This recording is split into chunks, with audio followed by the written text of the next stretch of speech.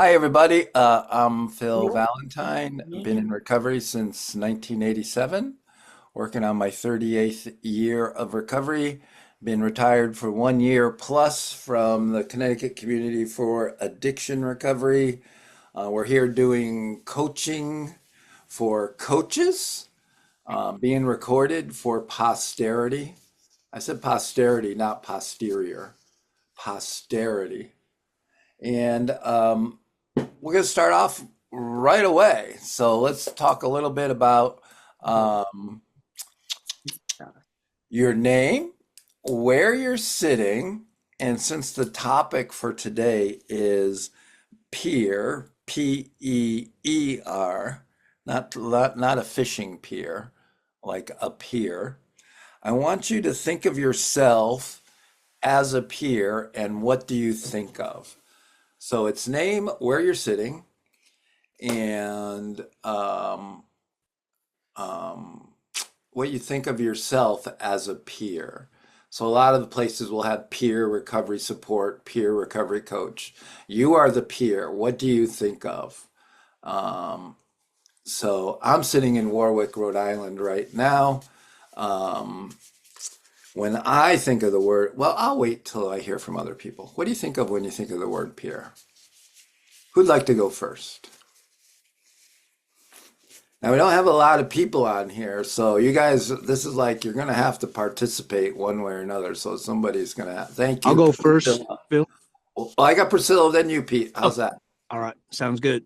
All right. Hey, my name is Priscilla Schaefer, and I am sitting in Spring Lake, Michigan, which is over by Lake Michigan, and I am multitasking. So I have a 2-year-old grandson here who's graciously spending the day with me. So I call it, well, I got to go back to Happy Birthday, Sandy. So I get the semi-retired. I've used that word. So I've decided that I'm uh, casual. I don't know. Semi, All right. part-time. I'm not ready for prime time is what I say. So that. Okay. And then when I think of the word peer, I think of no better, no less, equal, whether it's coaching, facilitating, and I don't have a hierarchy. I just say that I appreciate the opportunity to not have the alphabet when I'm providing mentorship services. So, and if Ooh. for the alphabet, you guys know the alphabet one? No. So I say check the alphabet at the door, meaning There we meaning go. the ego. Yes, no. So I'm just Priscilla, and I actually have few t-shirts that say that. Just Priscilla. That's good. Thank you. Uh, Leslie, then we'll get to you, Pete. Leslie. Hi, everyone. I am just Leslie, and I'm sitting in the parking lot of a company called Dollar Opportunities. It's where I work in Hamden, New York. We have a recovery coach network here that we started, which is an effort to um, make the world around us and us, many of us, remember what we do and what a coach is and what it isn't. And the peer is somebody on the same level that's been there and has experience in having been through stuff. And I'm sitting across the desk most of the time with people that I don't even need to share my story. I can listen to theirs, and they can know just by my reactions, just by my facial expressions, just by the fact that some of the things they say often bring me very close to tears, very emotional, that I'm with them because I'm remembering my own stuff. Hmm. That's, in my opinion, what a peer is. Okay. Thank you. Hi, Pete. Hi, Phil. Hi, everyone. Um, so yeah, Pete Villanueva. I'm also sitting in the parking lot. I was trying to be in the building, but I forgot that we're sharing it with a shelter, and they're just cleaning up. And anyway, I'm in Vancouver, Washington. And please forgive me, Phil. Maybe I misunderstood the question. I thought you asked us to think of ourselves as a peer, or am I answering what do I think of when I think of peers? When you think of yourself as a peer, you got that correct. Oh, okay. So when I think of myself as a peer, yeah, I mean, the first thought that came to mind is like, what am I trying to do? In other words, like if I'm seeking peer support services, then I'm wanting to change something in my life situation. So that's what I think of when I think of myself as a peer. And then I like what Leslie said, that and of course, who's the other person? I think that was Veronica. Yeah, that we're basically Priscilla. there just oh Priscilla, we're there to share life. We're there to help each other and edify each other, and then to hold each other accountable. Hmm. So and that's what I would want as a peer from someone that's supporting me. Okay. Thanks, Phil. Thank you. Anybody else?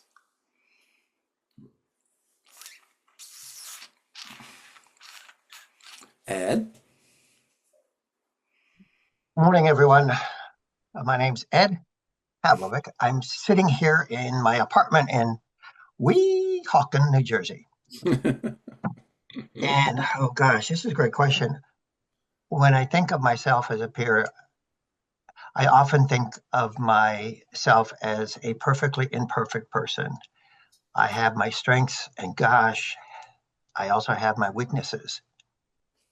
When I think of myself in the peer world, I often associate myself with older adults in recovery Why is because that? Why is that?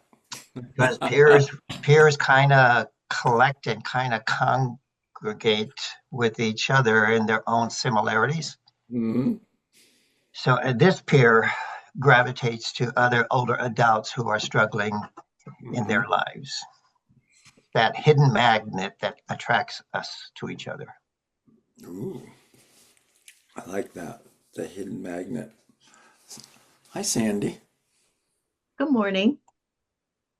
Um, Sandy Valentine, and I am sitting in my bedroom in Warwick, Rhode Island, and I have a very conflicted relationship with this word peer, um, because I don't love how it's used in our profession. So I've been listening to folks and thinking about what makes me most comfortable with the word peer. And I think as a peer, I am a peer in the human race. I'm going to borrow from Don Coyas, um, because I feel sometimes that word gets used as a weapon, to limit people.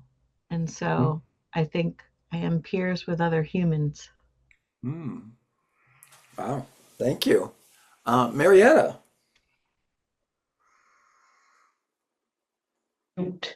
Hi, my name is Marletta Seats. I am in Berrien County, Michigan, which is in southwest Michigan, close to Illinois, Indiana. And what I think of as a peer is somewhat equal. And then again, we use the phrase like been there, done that. When I Hmm. think of a peer, uh, I have the empathy, I can relate, I can support because then again, like I said, we use been there, done that. So that means I understand, not maybe to the level, but enough to the level to be able to be supportive. Ah, thank you. Michael. I was hoping you didn't call on me. So, throughout the years of working in the emergency department and hearing you in staff meetings, giving your opinion, right? And then me putting it to the test because I get information from individuals and then I take it out and I ask everybody out, right? So I put myself in a table one time with my nieces and nephews, right? And then I asked him this, and I'm agreeing with what Sandy was saying. It can be used as a weapon, right?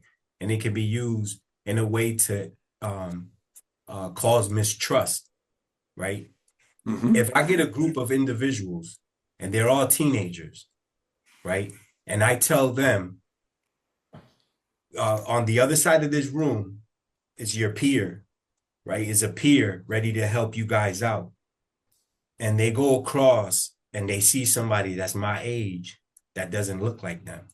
Right there, I feel like I can mislead, I can get a little bit of trust taken away, right? Because I Mm-hmm. told them that a peer is on the other side, right?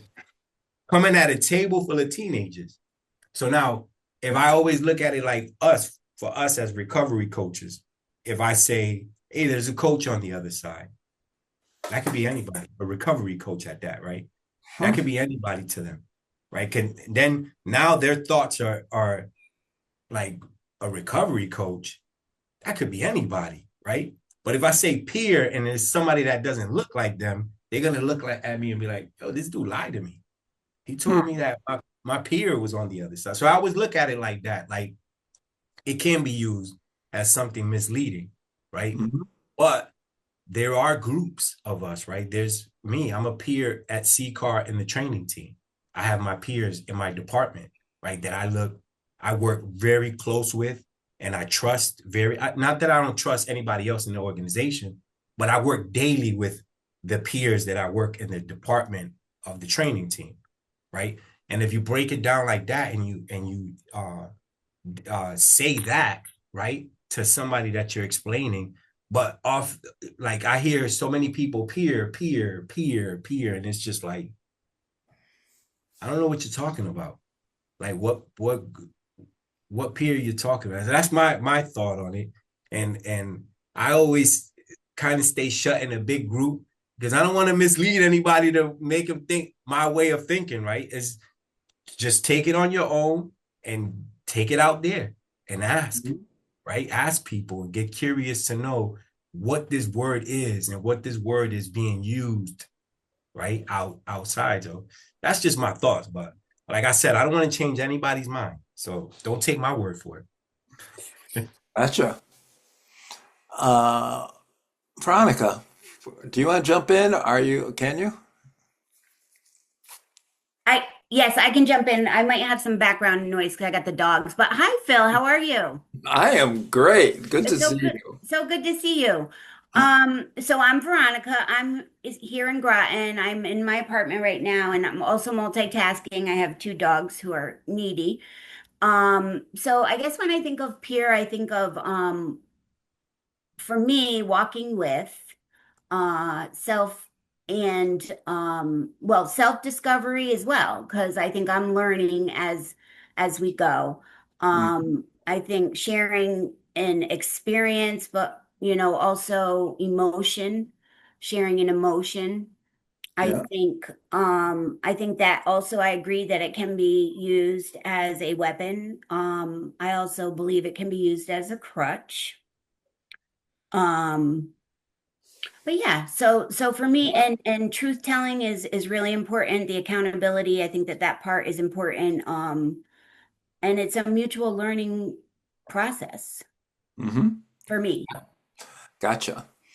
Uh, g- Good morning. I mean, afternoon, Miss Khalees and Miss Nitha. Good to see you.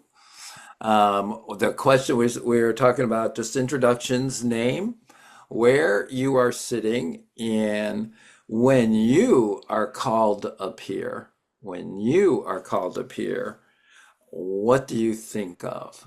And so most of us have gone. If either one of you want to respond to that, if not, we can move on. But oh, thank you, Nitha. Thank you, Khalees. I'm in Nita. I'm in Lincolnshire, England. It is flipping cold, Is it? freezing. And what do I think when I hear the word peer, or what do I feel like when I'm called the word peer? Yes. Uh, Mental and emotional and okay, physical, the all two those. words that came straight to my mind were free and volunteer. Oh, interesting. So free and volunteer. Wow. That's getting in the book. Um, Overused and undervalued. Okay. And underpaid. And Lots of what is it? I'll unders. just shut up right now. There you go. All right. Khalees? Like mother, like daughter. That was exactly what I wrote. Free and volunteer. Those were my first two words. So, Would you say that's mostly how it's perceived in the UK, or would you say that's yeah, America as yeah, yeah, well? yeah, Mostly yeah. UK. Got Well, I'd say, and yeah, definitely.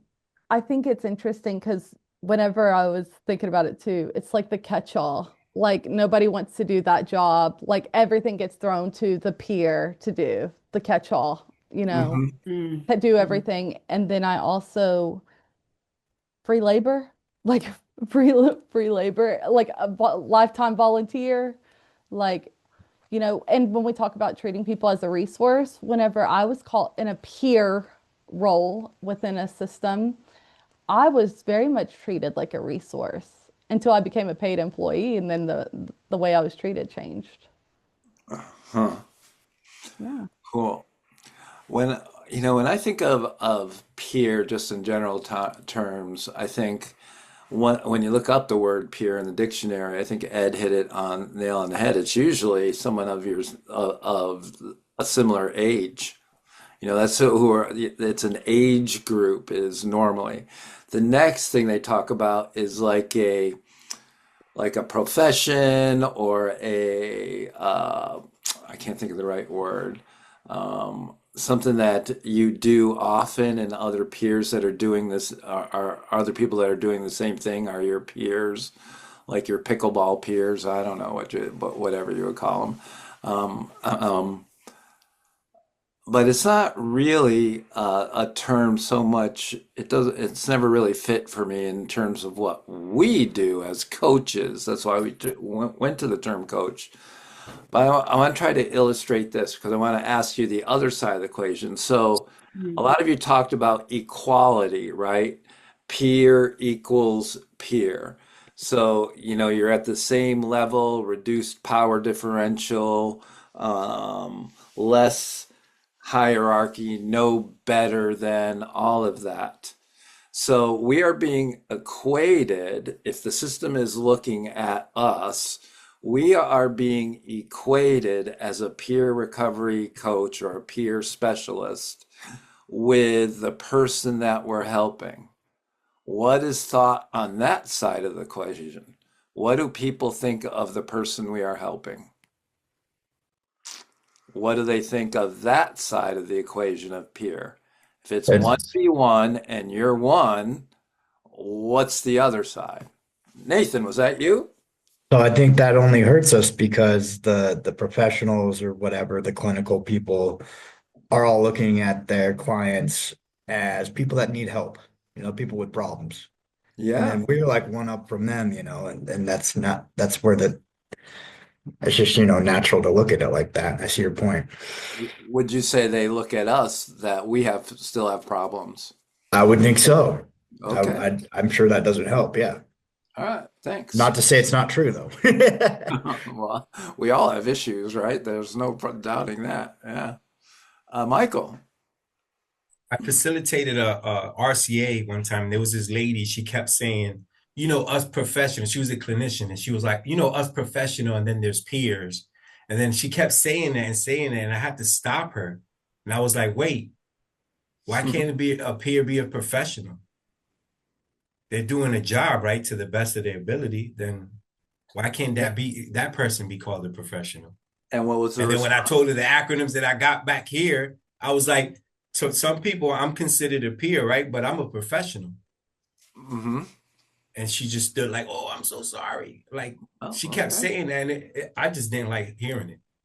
There's a big wall between allegedly the professional and the peer, right? Yeah, Sandy, you're muted.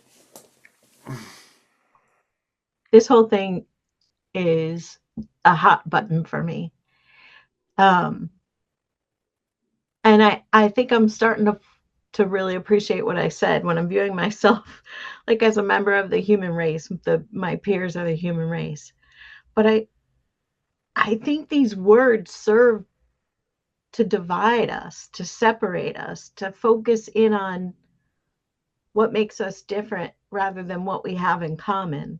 And I think the power of recovery community, and it does go back to my early recovery pathway, but can I relate and not compare? And so in the state that I have just mostly retired from in the work as of yesterday, it it says that you have to have lived experience to get your certification. Mm-hmm. And it says that you have to be a person in recovery, a family member or loved one to qualify for that certification. And so isn't that all of us? Yeah. And so instead, the language that behavioral health providers in the clinical world, and I actually have a clinical license, which should never be used for therapy, but it seeks to separate us and to diminish the value that that person brings to the table. And it's not healthy. It's just Okay. not, it's not healthy, and it diminishes the profession of recovery coaching.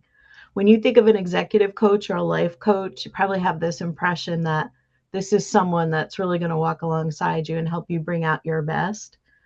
Mm, When you hear the word peer recovery specialist and you hear the way the clinical world uses the profession, it is to diminish and not shine a light.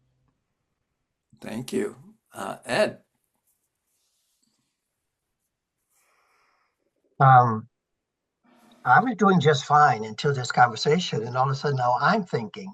And Sandy, when you had mentioned that this is a hot button for you, my first reaction was, "Oh, I wonder why." And I'm beginning to understand. This whole word about peer, it's very interesting because, yeah, for me, a peer is one of equal status. And that equal comes about because we share common interests, common employment, social class. We share similar things that bring us together as peers, including age, for me, which is also another important aspect of the peer. But Mhm. the word peer originated in a very class system.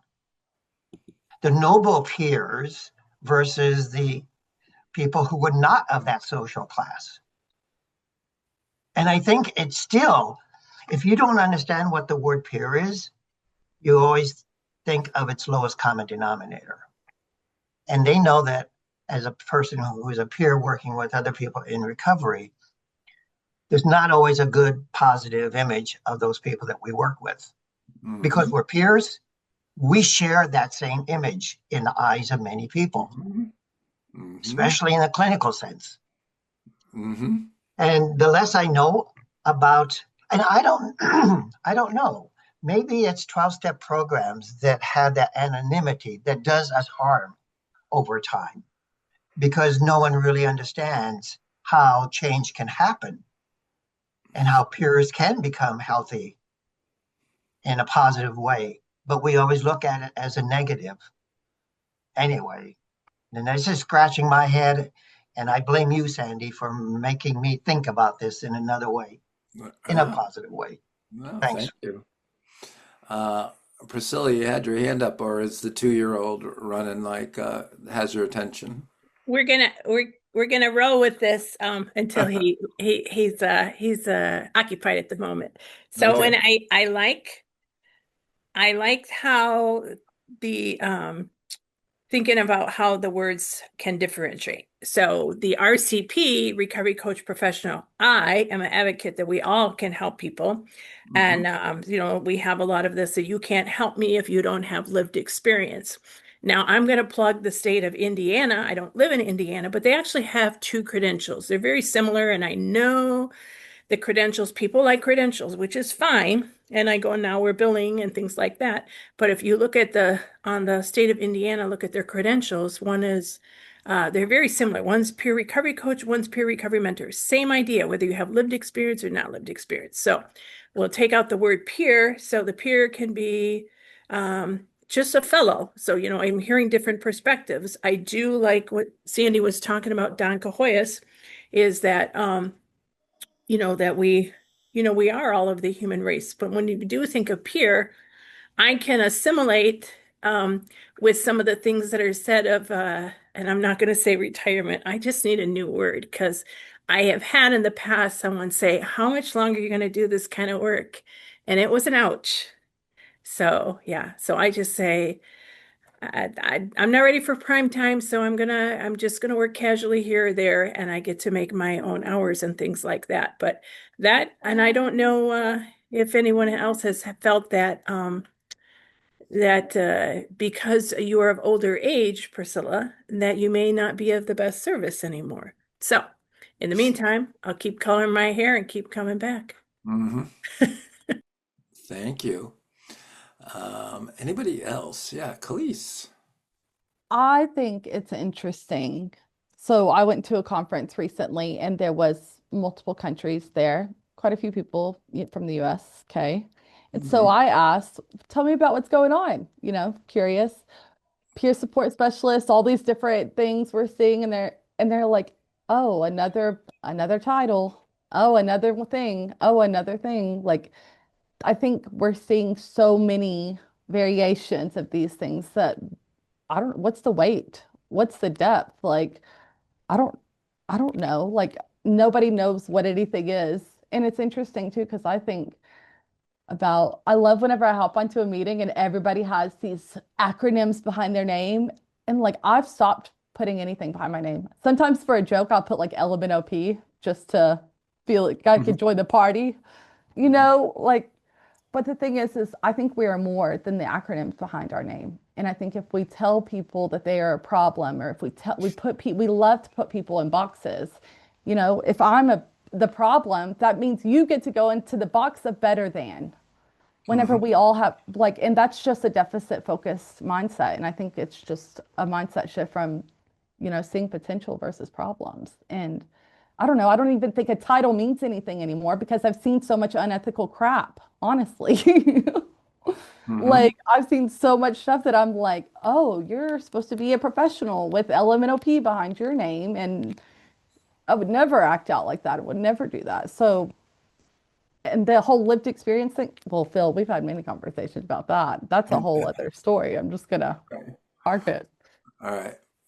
The essence of that was when we started the emergency department recovery coach program, the state insisted, and Michael was our program monitor, and they insisted that we hired people with lived experience. So we hired our round of coaches, and I think one or two did not claim to be persons in recovery, but they were wonderful coaches. And he came up to me and said, we told you to hire people with lived experience. I go, we did. You did. I did. He goes, what do you mean? I said, Michael, if they've lived, they've had experience. And he went, you bastard, with a big smile on his face because it was like, he couldn't, because the definition, there was no definition of what, I mean, I knew what they meant, but I was just looking at, if you read it on a paper, lived experience. If you've lived, you've had experience. So as long as you're not dead, you qualify. Leslie. Hi, everyone. This is Leslie. So over here in Delaware County, New York, we suffering. We have a very, very high percentage of folks with recovery needs. We have the highest percentage of suicide in our state, actually, the highest county. We're very much in need of more coaches, and there's a stigma that goes with coaches around here, partially because of lack of education, people understanding what coaches really are, Right. probably done by coaches in the field that have actually done us some damage because it does have, it does have some credentials. It does have some parameters. There are ways that we operate in, and so we started this recovery coach network to try to address all of that and to make everybody competent because competency is very, very important. Is Mm-hmm. that I can do a tremendous disservice. I can do a lot of damage. Mm-hmm. The things that come out of my mouth across from peer, you know, they matter and they make a difference. So we want a network of folks that are getting proper supervision, and we're educating each other across the network. We have a network of people that if I'm in trouble, I can call somebody Mm-hmm. because I know them well enough to know that they can and have also been right where I am. If I'm drowning and there's somebody in my office that I feel like I don't know if I can help them, I'm over my head. And that happens often enough. Um, so I guess the bottom line is there's a lot of stigma and bias. And quite honestly, there's a lot of discrimination going on because people don't believe in the general population that anybody ever gets better. And our biggest motto is people do recover. We really do. So Yeah. I hope this Thank you, helps. Leslie. Nathan. All right, I just kind of, while we're on the topic of lived experience, I just kind of wanted to touch on, I worked with the state doing homeless intervention or homeless initiatives and stuff like that, a lot with the unhoused. And there's like a big push right now for lived experience advisory groups and stuff like that. It's like almost a movement, and it goes hand in hand with the peer professional movement. It's utilizing people's actual experience in life, lived experience, to be able to help decision makers make decisions that aren't, off the wall, that are, grounded in reality. And I'm just really excited about kind of combining those two movements here in Grand Junction, Colorado, um, and just promoting both of those things because the state sees it, and locally we see it, how important this work, and why. And so that's a positive for the peer thing. Like if you want to blast that I have lived that I used to be a drunk or that I used to be a criminal, fine. That's fine with me. I'll still make a big difference in the community at large. Um, and be proud of that. I'll recover with, loudly. So Okay, so talk to me about how that aligns with the use of the word peer. Because yeah, I that's see that that's people kind that of like the pro of that word. Like if not that word to delineate that we have lived experience. So if you just have recovery coaches, and that could be the same as like someone with their cat, like that went to school for 6 months or 3 months or whatever and got their certification to do addiction classes, right? There's no differentiation between those two things, really, in the layman's eyes.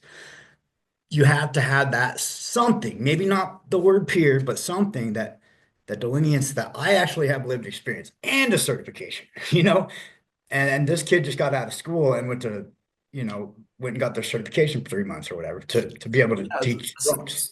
yeah, but so is that a certification or designation issue, or is it a hiring issue? I think it's a utilizing issue. I think I Utilization think in what I sense? think I think these agencies that hire peers because of the cheap labor or the free labor, and have them doing things that aren't promoting the cause, promoting the movement, which is peer support. So Um, you answered the question then it's a hiring issue. I think so. Yeah. Okay. So it's not really, yeah, Nitha, jump on in. So I think sort of what I see in my world here is that peer and lived experience are given token roles. You know, there are Mhm. boards that have to have X percentage of lived experience on the board. Hmm. Are they then are they then trained, supported, and developed to be effective board members and decision makers? Yeah. Don't think so. And I think when people employ people in the UK, one, I think every job listed that has the word peer in it would be slightly over minimum wage only. Hmm. And then I think they look at what roles to give those people based on risk management versus strength and opportunity growth. Hmm. Yeah.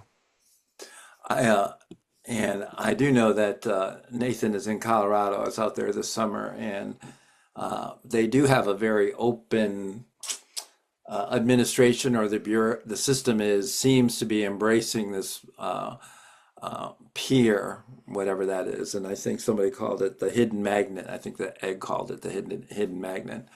Um, and I agree with that. My question is. Um,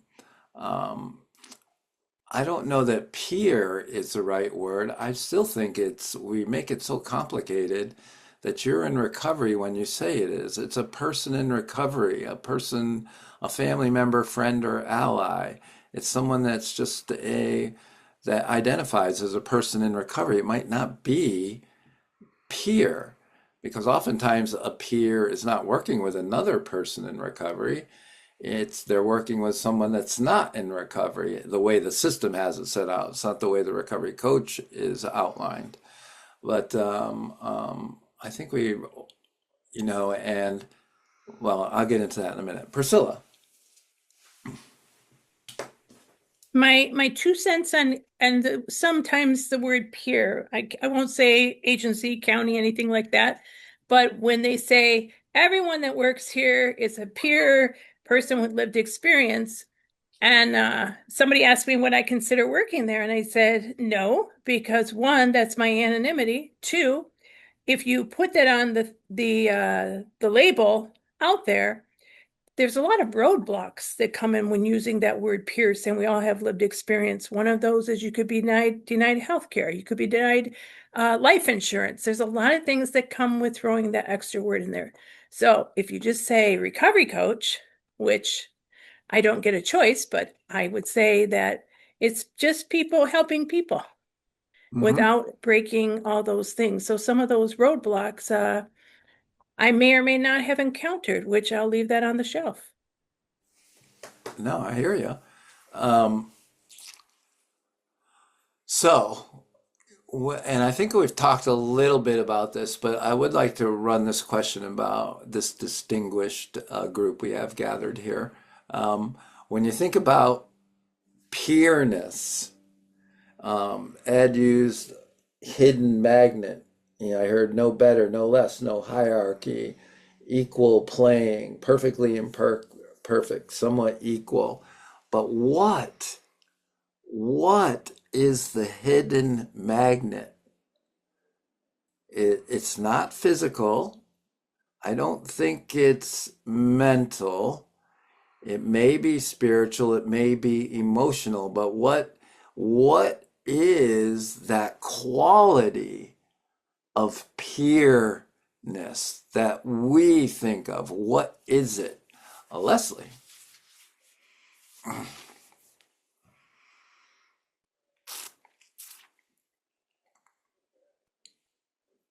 Looking for the mute button. She'll get there. She's got we don't have the mute. There we It's way go. over there. It got moved. Okay, so I'm sorry about that. I'm very passionate about that question, and that's why I got my hand up first. Um, it- it's about trust. Um, I Okay. think I think in the scheme of things, when I think back to my days as having to interact with professionals, whether it was policemen, whether it was um, like if I was unlucky enough to have made it into the jail system or any of the systems, if I'm part of the system, I don't know who to trust, and I don't know who I can be honest with.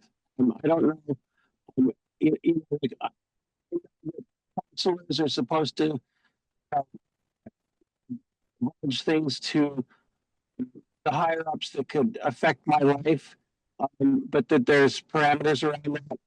I do know that somebody comes to me, and I don't know exactly the magnet, except I do know that it has to do with trust. And I develop trust within 60 seconds of talking with them. And I'm not exactly sure how that happens. I think Okay. it's me going very, very much, I go deep and I go honest, like pretty much right away. All right, thank you. Trust. We're getting about 60 to 70% of what you're saying. Your audio is a little garbled, but I think we got the most of it. Sandy.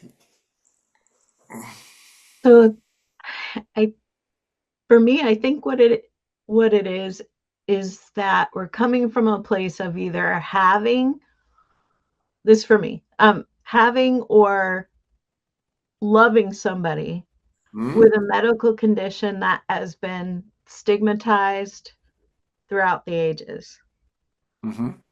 and seeing the human and not the medical condition, Mm-hmm. and the willingness to be vulnerable, to not put things between us. And I said this at a medical community session last week. It is the privilege to begin a relationship with someone for a lifetime and not a transactional relationship that is time bound the way most medical and mental health practitioners have to conduct the relationship. Yeah, that's a great point.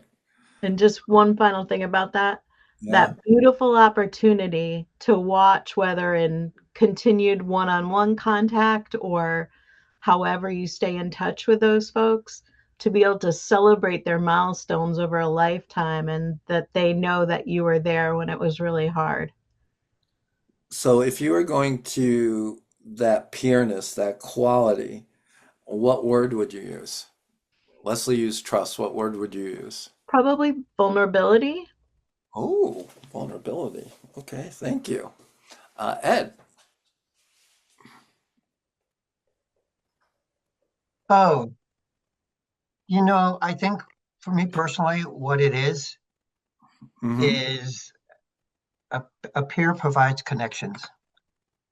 And I think everything about recovery for me is about helping a person move from isolation into a connected life, Mm-hmm. whether it's resources, individuals, family. And because because as peers, we have that lived experience where we were at one point in our lives, I'm talking about myself personally, disconnected from the world. Mm-hmm. I was given the bridges, I was given the hands that helped lift, support me to make these reconnections in my life. And isn't that what anyone in this world would want? Just to have some sense of connection with individuals and with themselves. So when we talk about peers, I'm beginning to say that is kind of a nasty word in some ways for me. And it's becoming to become a nasty. And I was thinking, well, what do we change the word to? What could we change instead of peers? Because peers is so it puts layers, and it kind of differentiates and separates. It's not a connecting thing sometimes. The only thing it connects is the person working with the person in recovery. That's the only connection. But how does that connect you with everyone else? I say we stop calling ourselves peers and we start calling ourselves connectors. Okay. I've even heard the term, I think, peer recovery connectors too. And Oh, okay. I but love I've that. also heard recovery connectors. I've heard that before. It's a good term. It See, also, yep. Go ahead. I apologize. No, go It ahead. goes back to my hidden magnets. Yeah. That is the connecting. How do we how are we attracted to other parts of the world, and how do we reconnect in those? And we provide that hidden magnet for people. Mm-hmm. Okay. Anybody else? What is, when we talk about pureness or that hidden magnet, what is that? What is it? What's the quality?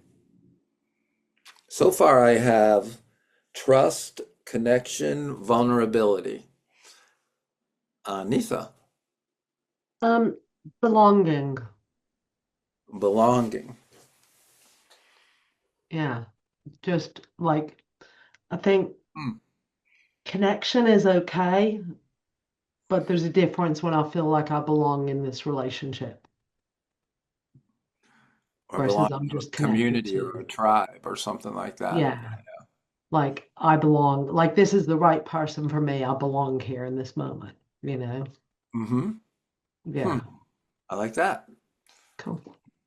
So far, I have trust, connection, vulnerability, belonging. Anybody else, what that hidden magnet is? What is the source of that connection? What is the energy that drives the magnet? Nobody else? No other thoughts? I kind of put self-actualization in the chat. I don't know.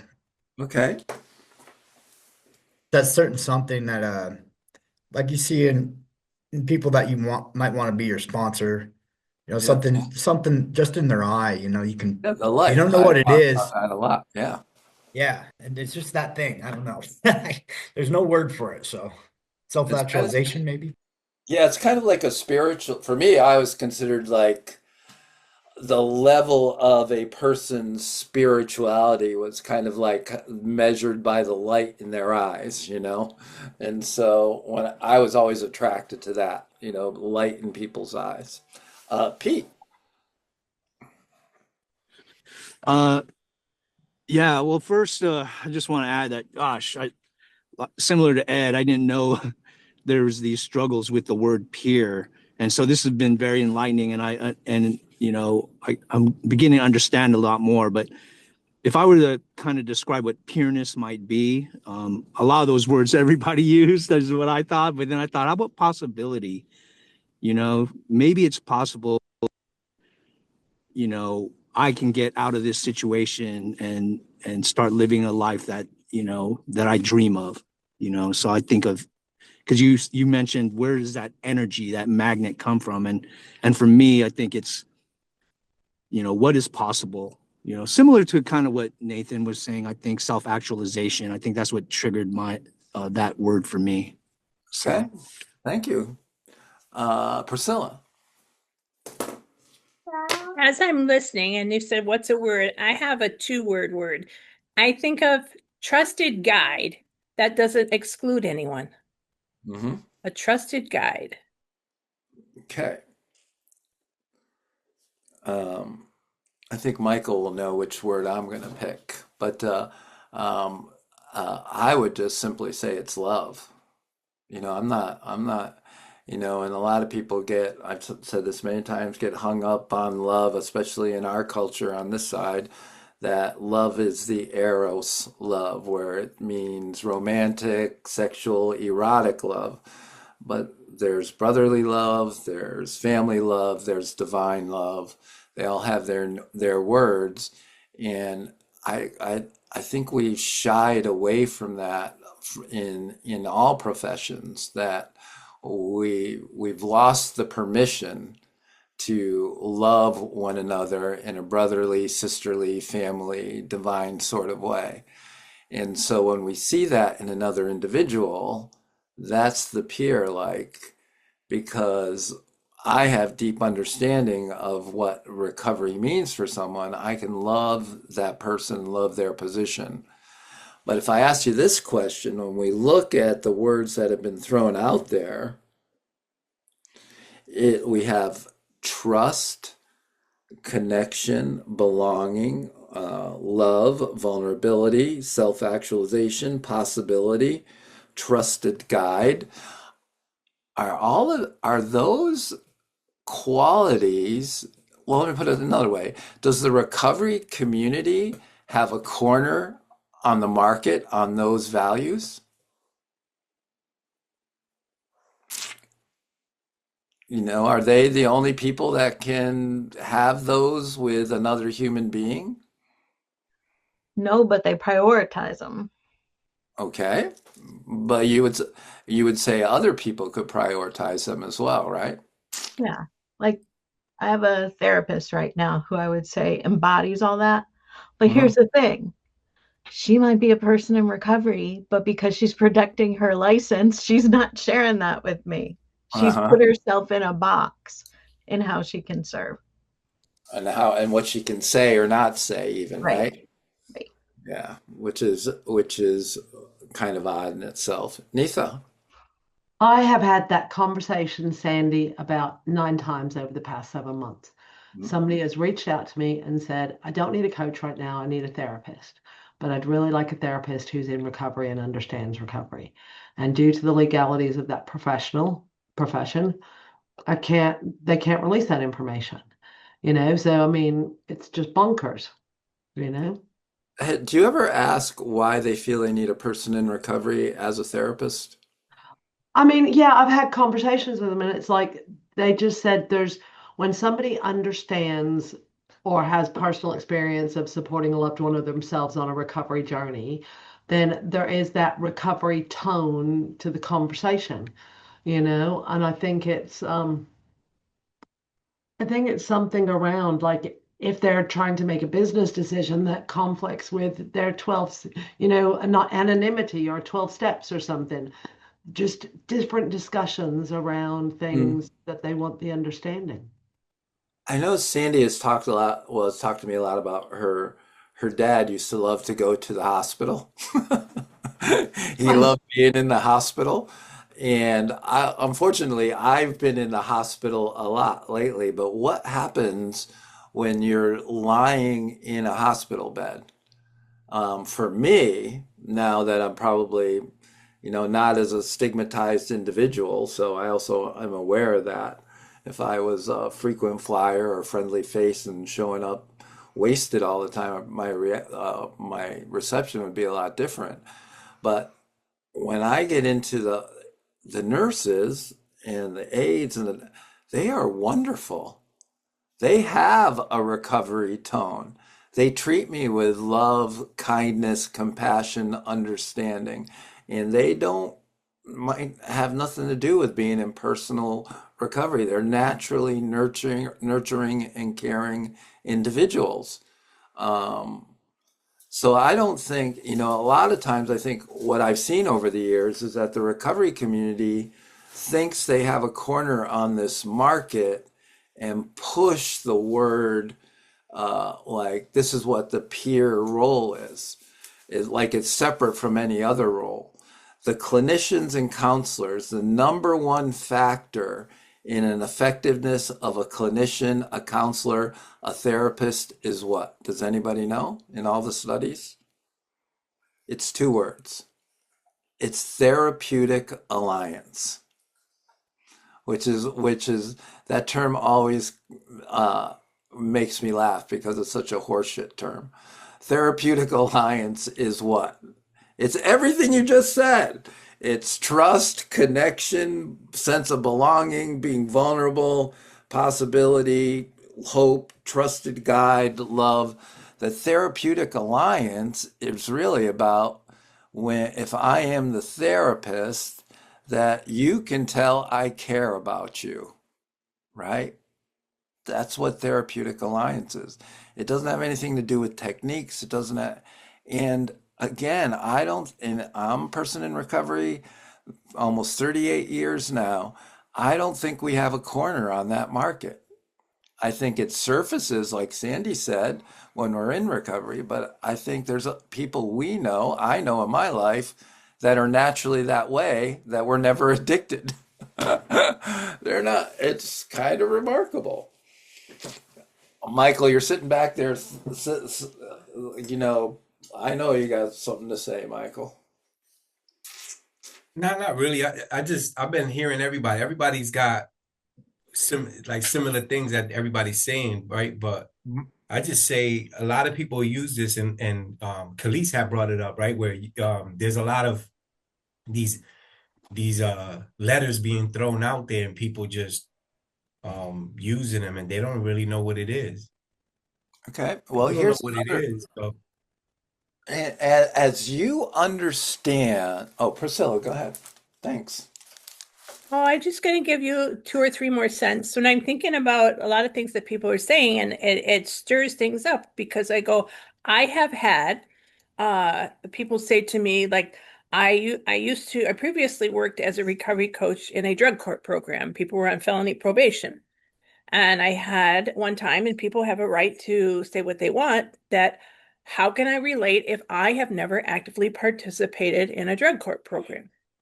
I've also had people will say that, they can't relate to their therapist, they didn't have lived experience. And I said, well, what if your recovery coach didn't have the same experience with your substance that you used? How can they relate? Is it similar? Is it the same? Is it different? So it can go on and on. Oops, I got to end that talk. Okay, gotcha. The 2-year-old got into something. Khalees. I'd like to ask people, like, I'm always very curious. So when people tell me their acronyms, or I mean, even like I get calls, and people say, "Oh, I want to be a recovery coach." And I'm like, "Well, what do you know about recovery coaching? What is a recovery Mhm. coach?" And I Mhm. love oh, this one last week. Well, I want to just tell my story. Well, this isn't an open mic night. This ain't a PR event. We're not telling our story. That's not what we're doing in our role as a coach.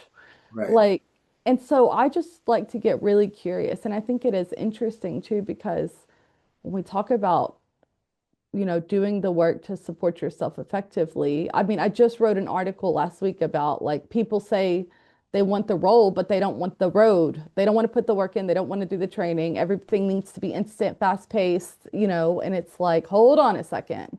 I mean, Phil, we talked about mastery, 10,000 hours, right? If you, wasn't it 10,000 hours or Yeah, it something? was. Yeah. Yeah, you put the work in, and I think that because we're seeing all of these roles and titles and badges, that the breadth and depth of the role of a recovery coach is being diluted with peer supports, or I don't know, like I'm not even going to mention titles because I don't want anybody to get offended. I just don't even know them all. I can't keep up anymore, but like we Mhm. lose the heart of the work Well, whenever. I agree with you. I think that as we've talked about that recovery coaching, the lived experience or the recovery component is just one slice of the recovery coach skill set. And whatever you want to think that slice is, piece of the pie, it becomes less and less the more you do it. But sometimes people think that it's the That's whole it. pie, that if I've been in recovery myself, I am now a coach. And it's just becomes, Art Woodard said when he first started as an alcohol counselor, 95% of what he did was self-disclosure, told his story. And by the end, he would say, oh, it's far less than 5% my story. And this was over 20, 30 plus years of recovery, where at the end he was a master recovery coach, but he ever hardly ever revealed anything about himself. But people did know instantly that he cared, that he was concerned about them, that he had their best interests in mind, and that was just who he was. That was his art of recovery coaching. When you hear the word peer, or it's in your title or whatever, where do you think the word peer originated? Where did it come from? Anybody? I looked it up. Like I actually looked it up. Are you Okay. ready? Yeah. So the word peer originated from the Latin word par, meaning equal. It entered Yeah. English through Anglo-French and Old French per around the 13th century, initially signifying someone equal to rank, character, or status, and later came to denote a nobleman. I like this, the sociological meaning of peer as someone in the same, oh wait, not that's not the piece I liked. Sorry, that's not, this is the piece I liked. Was it talked about the 5 degrees of nobility. And I was like, that's kind of interesting. That piece was interesting. I was going to look more into that. Okay, how about the term peer as it's used in the behavioral, Probably mental health. Sorry, I'm just making an yeah, assumption there. behavioral health world? Where did the peer come from? Anybody know? Anybody care to guess or think about it? Isn't it like looking into or looking at something? I don't know, the mind? Oh. Maybe. Um, Anybody else? The in where the term in the behavioral health field when it first started appearing and what that meant. I hope you have the answer. Priscilla. I believe things that I've heard. I don't know if I'm right or wrong, but it can't hurt to throw that out there. But the peer meaning persons who had um, mental health treatment, wellness days, things that people could assimilate with. So I think that was where the word that I know of originated. So the peer was a person that had the ability to understand what it meant to have uh, issues or wellness episodes that needed to be back on track. Yeah, mental health issues. That's the way I understand it too, that the mental health field, one, they started to discover that when people were having episodes or if they could find somebody else that had similar episodes and were in remission or healthy, that they helped calm situations down. And that's where that peer term came. And many people know that over the years, there's been a whole,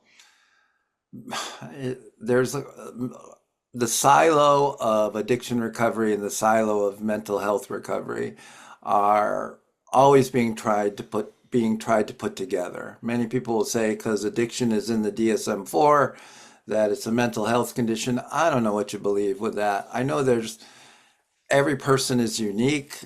I don't know if the silos are appropriate or not appropriate, but they're often in war with each other. They're often trying, and it's been more so that the mental health world is funded nationally, roughly for every dollar spent on treatment. It's depending on who you look, it's about 20 to $25 on mental health services. So, mental health world is way bigger, way more powerful, if you will. And then, so they're always trying to kind of assume and take over the addiction recovery dollars as well. But that's more bureaucratic and administrative. Khalees. Well, no, you came in because I was going to say, you know what? I bet all of this leads up to money.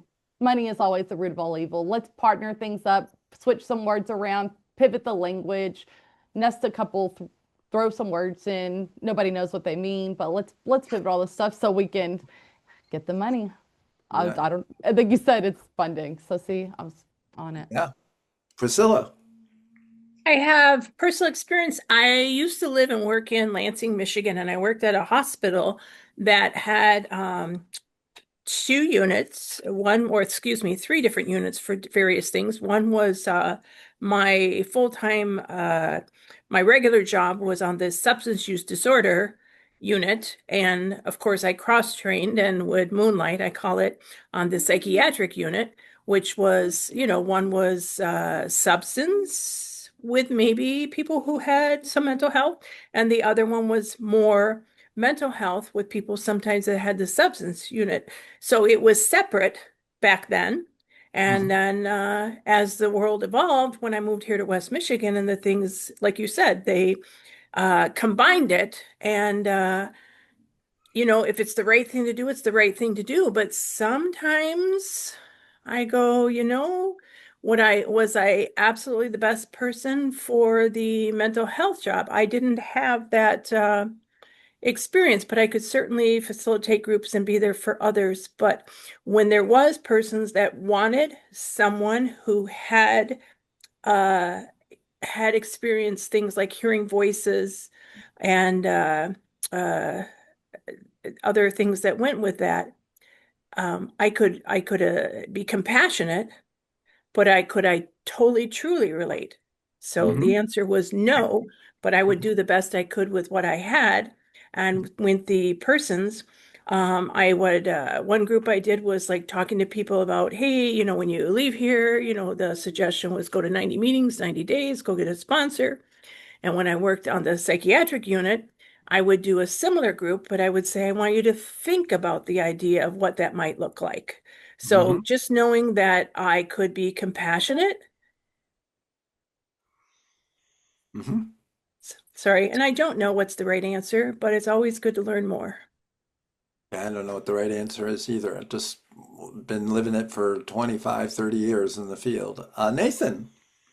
Yeah, so in 2005, I was diagnosed with acute schizophrenia and Hmm. kicked out of the Navy. And then that's when my real, substance abuse started, right? Started trying to, do all that. So I've got 2.5 years now, in recovery. And I've heard voices every day of my life since 2005, right? Hmm. Um, and I do think that that's kind of a rarity. And I just want to use it to my advantage the most that I can, that's why I have to not, be secret about what's my afflictions are, right? I Hmm. have experience in this, and I can relate. I can relate with substance use. I was a meth addict. I've been to, I've committed felonies. I've been to jail a lot. I can relate to you. I'm proud of that, Hmm. And now I'm a professional, and Hmm. that's even more rare. I think 1% of people are diagnosed with schizophrenia, and that's a very small number one. And then how many of those actually recover enough to be able to do stuff with their life? I consider myself very lucky, and I know I just want to use that. I don't know Wow. how this is answering any questions, but I don't know. No, so when if I asked you, what do you consider yourself in, well, how do you identify yourself in the real world? My name is Nathan and I'm a, I'm a man that wants to make a difference. okay. That's So you where I'm wouldn't say at. like you were in recovery from schizophrenia or recovery from addiction or a recovering alcoholic or a recovering meth head. You would just say I'm a man that Oh, wants to make a that's difference. all. That's all a part of it, Phil. Trust me. That's I don't have a degree yet. I'm going back to school now. Now that I'm doing a lot better, I Hmm. think that'll add to my, professional. I can be a peer in all those things, and people are like, "Wow, I can't believe you survived." But how are you helpful? And I'm like, well, because I am, I am a professional. I did get my certification, you know. Yeah, I'm on these state boards, I have seats at tables I never thought imaginable. Um, and I am making a difference, and that's where I'm at. But yeah, I don't know how to identify that. And I don't know that we should be ashamed or scared of telling people I that we agree. are in recovery I either. agree. So I have one more curious question. What are the voices like today that you hear every day? Would you say are they trying to get you to do the wrong thing or the right thing, or are they just, Oh, so this is a funny thing that happened with my recovery. I never imagined this would happen, but the voices used to be very negative with me, right? And talk a lot of crap. Um, and now that I'm in recovery and doing all these great things, they don't really have a lot negative to say anymore. So they're a lot more supportive. I mean, it's like night and day. mm-hmm, And that's how I'm still hearing them just as much. But that, maybe it's my own guilt or whatever is a lessened. Now I can deal with who I am and be comfortable in my own skin. even from other, otherworldly perspectives. So, No, that's cool. Thank you, yeah. Nate. Ed. I am loving this conversation, but it's also, there's a question that keeps coming into my mind constantly, hearing and listening to everybody. And Phil, you at some point earlier said, do peers have a corner on recovery? And I keep thinking about this question about lived experience. And I'm wondering, my question is, do peers or should peers have to have lived experience?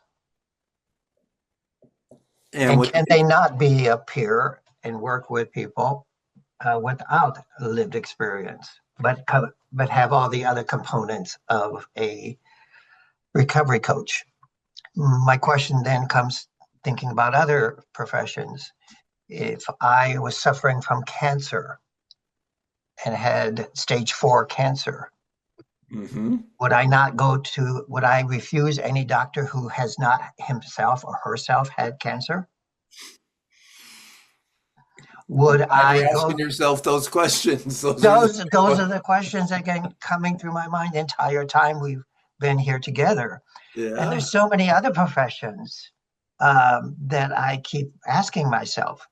That's not to say that a peer with lived experience is not a vital, important, contributing person in the recovery field, but is it the only person that can assist other people?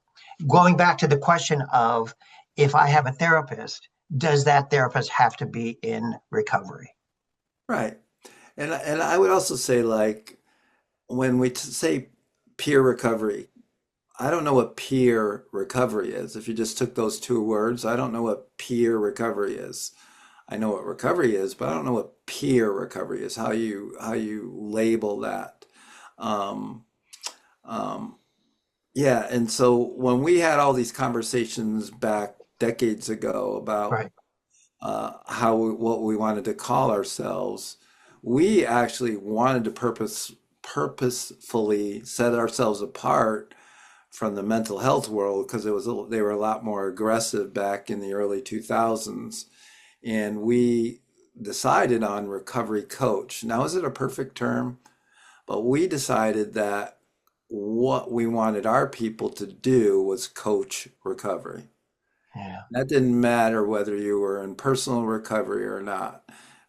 We still feel, and I still feel, because I've seen enough examples of it, that with the proper skill set and attitude, that person can coach recovery. I still believe that. But good point. Those are great questions. Leslie. Yeah, hi. First of all, you can hear me okay now? Yeah, you sound no garbled. Oh, good. Thank you. Um, you said at the very beginning when we first opened the meeting, I the idea that if I'm alive on the planet Earth, and I've been alive for 62 years now, I've had a tremendous amount of lived experience. Yeah. And so therefore, what kind of lived experience? Well, everybody's lived experience is different. Mine is very, very much my own, but the one thing that I think brings me in contact with others is I have been to a place, in AA, they call it spiritual bankruptcy. Mhm. I've been to a place without hope. I thought it was the end. And I didn't go into how I made it out alive. They did. And here I am. You see it in the eyes. That's the last meeting we had here. I said, how do you tell if you're making a difference? How do you tell if somebody's making progress? You see it in their eyes. Yeah. And I can tell you where I've been, and I don't even have to tell you much. Spiritual bankruptcy is a real place. And if you've been there and you lived through it and you're able to talk about it a little bit, my God, I think that's where the magnet is. I really do. Anyway, that's it. I, yeah, thank you. I agree. Sandy. You know, I think I'm going all the way back to who said connectedness? Hmm. I think the power in all of this. And now I'm wondering why we had to add the word peer to recovery specialist. So I've been fighting for a recovery coach for a while in the spaces that I've worked, but I learned to view, well, I taught myself to view recovery coaching as a distinct skill and not to get caught up in the job description or the job title, right? The employer is putting a job title in place for their own purposes, but can the person with whatever that job title is, can they coach recovery? But now I'm thinking you can be a specialist in recovery. Why do we have to throw that word peer in there? And, when Nathan shared his story, I need to know people who have self disclosed their personal experiences. I need to have a wide network because if I'm working with somebody that really has never met somebody in a similar circumstance and needs to have the hope because of the relatability of their life story, I need to have a network to be able to connect people with those folks. And when I was leading an organization that had a recovery community center in a situation with high population of marginalized folks, for lack of a better term, they wouldn't trust me when I showed up in my, business casual and my white skin and, the car that I was driving, but they would trust one of my coaches. And then as they got to know me, they could place their trust in me. So it's about, for me, I think having that network because the barriers are going to be different for everybody. Some other person might walk in and feel like they could trust me just because it looks like I have it together.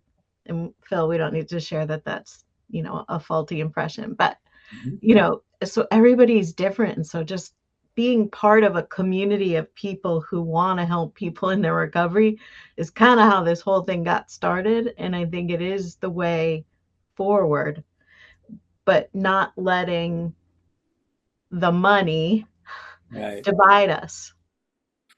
I think you just brought up something for me that's really the essence of 12-step recovery is back in the day. The only way that Alcoholics Anonymous took off was the fact that Bill W. discovered that the only way he could stay sober was to help somebody else.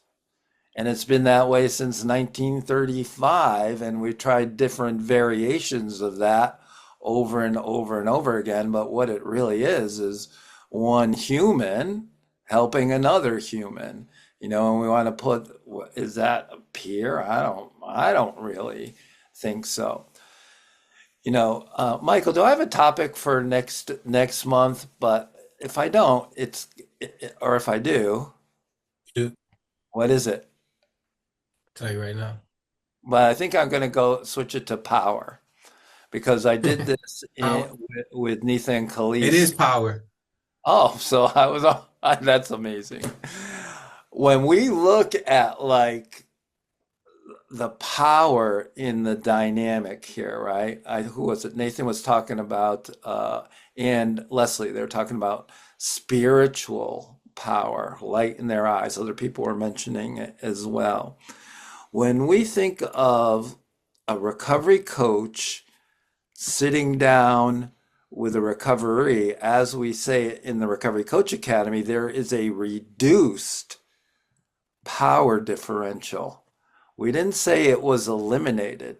We said it was reduced. Does anybody know where I'm going or what am I thinking about when I mention this? Where's this going?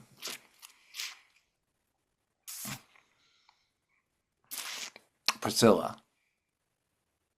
My thought is that if I have reduced power differential, then I'm not authority figure for you. I'm not giving you orders, those kind of things. Like I'm not in charge of you. That's just one idea I think of when I think of reducing the power differential. Is anything perfect? No, but I can't wait to come to next time because when I think of the word power, all the little credentials that I have after my name, yes, I earned them, but I only utilize them when I'm emailing people for contracts and Hmm. doing trainings and things like that. But when I do go to the training, like I said, I do have a few t-shirts that just say I'm just Priscilla. So just to differentiate that, the experience, the education, the credentials is all great and wonderful, but I never want anyone to think that I'm better than them. Hmm. Ed, Sandy, your hand's up. Are you waiting or no? Okay. Nope. Oh, this whole power differential, it's very tricky territory because it creates dynamics between the two individuals working together. And Hmm. there's all kinds of things that come up. Um, do I owe you now, or do you owe me? Am I doing this for you, or am I doing this for me? And then the other question is, will you do this for me, or can I do this for myself? Hmm. That power just clouds everything up because it creates an uneasiness and unbalance. And I think recovery and connections need to be balanced for them to truly connect with each other. Ooh, so I'm going to ask you a question about Oh that. no. Well, in all those scenarios, how do you define power? Power power is the finger that's on the scale that tips it one way or another. Do you mean power or authority? And is there a difference Influence. in your mind? Power, influence, Influence. there a lot of things. Okay. But isn't how influence doesn't happen without power or perceived power. You influence me because either I want to do something for you, or you show me that it's important for myself. Okay. So Who's the stronger person in the messaging? you see a puppy abandoned on the side of the road. Does that puppy have power over you? The situation does. Oh, the situation, but not the puppy. I see where you're going here, Phil. That's I dirty. That's dirty. know Well, it's a little, I just like to poke Ed around. That's all I ever do. depends. If he has like these big sad brown eyes, Yeah, well, floppy there you ears, go. See? my foot's on that brake and I'm opening the door. Yep. So I'm just, and what I want to talk a little bit about is, and we'll leave it for like next month's thing, is I think we have to acknowledge the fact that the recovery coach who's been trained and has, even someone that's really, really good at the job, right? And recovery is coming to them, that recovery coach has power. And I think the recovery sees that power, like we were talking about, sees the light in their eyes, sees that they've recovered, sees hope, and they want something the recovery coach has. I don't know that a recovery sees a recovery coach unless they want something that person has. Maybe once in a while, if they're mandated or whatever, but that's a whole nother story. I think what we talk about when that desire is there, and I know this as a leader of an organization, I had power, right? When I led CCAR, there were 75 staff people. I had the power to approve hires, to fire, to increase wages, decrease wages, where the money, I had a lot of power. So leadership in your role is understanding you have power, but how you wield it is everything. How you wield it is everything. Michael. That's cool that you bring that up because when we in the RCA, when we talk about privilege, Right. that's exactly how I facilitate that, right? Is nothing else but me being a recovery coach, right? with this privilege and power that I have, I went to the emergency department seeing somebody in a room that felt like they didn't have any power or privilege, right? And I was able to give them a little hope to get them out of there, to give them hope so they can have and feel powered and privileged, right? Right. Little by little, it took time for every individual. But I had the privilege and the power to go get somebody a sandwich. They didn't Yeah. have that, right? So, and Yeah. how do you use your privilege and power? So, thank you for that, Phil. Well, were your ears burning last when I was in Maine? Because I was telling the story of when the lady was getting beaten up, and you said, "Do you want to continue to be treated this way?" You know, the classic one, Priscilla. Oh, I was going to say when Michael talked about the emergency room when he worked there. So I give him power when I teach, when I facilitate ethical considerations for recovery coaches, and I show that clip, and I tell the attendees and the training, the participants, that Michael is my supervisor, and he has the power to make sure I'm doing the next right thing. So Yeah. I let people know that's Yeah. one of your roles. So I say if they have any issues or anything about recovery coach training or my facilitating skills, Michael is my one of my supervisors, I tell them. Thank you, Leslie. Yeah, hi. I really like that you talked about that. You know, when I first started coming to this group, and even before, you know, Phil Valentine, like, and the fact that you actually called my name, and you know who I am, and I can't help but tell you how influential you've been in my career as a recovery coach. But I just want to say, like, I have that tendency of like idolizing people, but really what got me with you was when you played the the what's it called? I'm calling it the Adirondack Trail, but that's not it. The When you did CCAR experience. Yeah, yeah. yeah, and you talked about 2,000 miles of hiking, and you talked about what it was like to just continue, and at the end of it, I was crying, and there was a number of us in the room that were also very, very moved. And I thought, that's what I want. I want, I want to be somebody like that. And Well, that it's huge. It's really huge to see something that you want in somebody else. thank you, Leslie. I appreciate that. Um, I can honestly tell you that early in my career, when I first started at CCAR, I sought the limelight. I wanted to be in the limelight. I wanted to be the key speaker. I wanted to be the man. And then as time wore on and I matured, that became less and less until it became so far removed from me that I wasn't even really considering that. And then the limelight kept finding me. And I was not, I wasn't really, I could do well in it. I was comfortable in it, but I didn't seek it. And Jolie, who worked with me for 20 plus years, she would say when after I'd say something stupid at a staff meeting or to somebody else, and Michael would just sit there and laugh because he knows me so well. But she would come in and go, Phil, you don't understand the influence you have. And I still, she's absolutely 100% right. I don't.